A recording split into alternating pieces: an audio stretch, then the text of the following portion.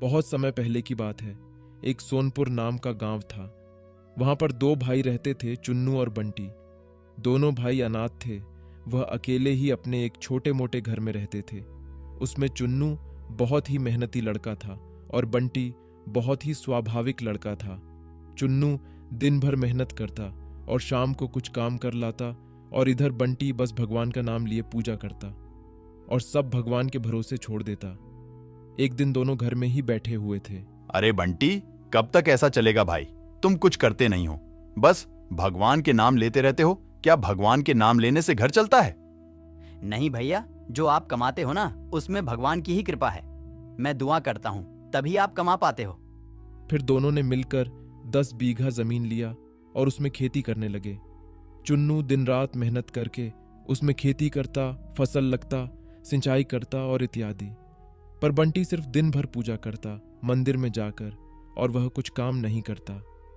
बार चुन्नू को इससे ज्यादा फर्क नहीं पड़ता, क्योंकि वह उसका छोटा भाई था, तो वह बड़े भाई का जिम्मेदारी निभाते।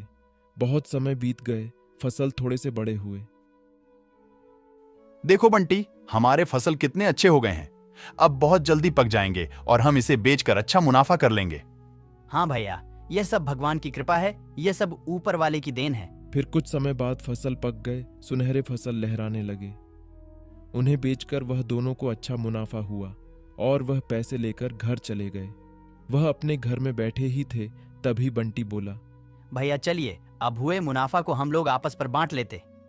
हाँ हाँ, बार तो लेते हैं, पर ज्यादा मुनाफा मिलूंगा क्योंकि मैं दिन रात मेहनत करके खेत में काम करता था।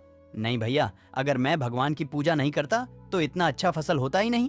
फिर दोनों कोई आपस में बहस हो गई और दोनों ने फैसला किया कि सुबह मुखिया जी से जाकर बात कर लेंगे। सुबह होते ही वह दोनों गांव के मुखिया के पास चले गए और मुखिया को सारी बात बताई। अच्छा, ये बात है, तो तुम दोनों का झगड़ा सुलझाने का मेरे पास एक उपाय है। मैं इस 2 चावल की बोरी तुम लोगों को देता हूं। इस दोनों में चावल और कक्कड़ मिले हुए हैं। जो रात भर में चावल और कक्कड़ को अलग करके लाएगा, जिसके ज्यादा चावल कक्कड़ अलग हुए होंगे, सुबह उसी को ज्यादा हिस्सा दिया जाएगा। फिर वह दोनों चावल की बोरी लेकर घर चले गए। चुन्नू ने रात भर मेहनत करके चावल और कंकड़ अलग करने लगा।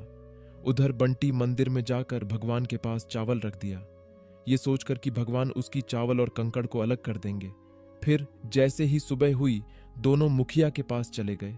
फिर चुन्नू ने कंकड़ और चावल उसे मुखिया को दे दिया, और बंटी ने जैसे ही बोरी खोली तो उसमें वैसा का वैसा ही चावल और कक्कड़ मिले हुए थे, वह अलग नहीं हुए थे।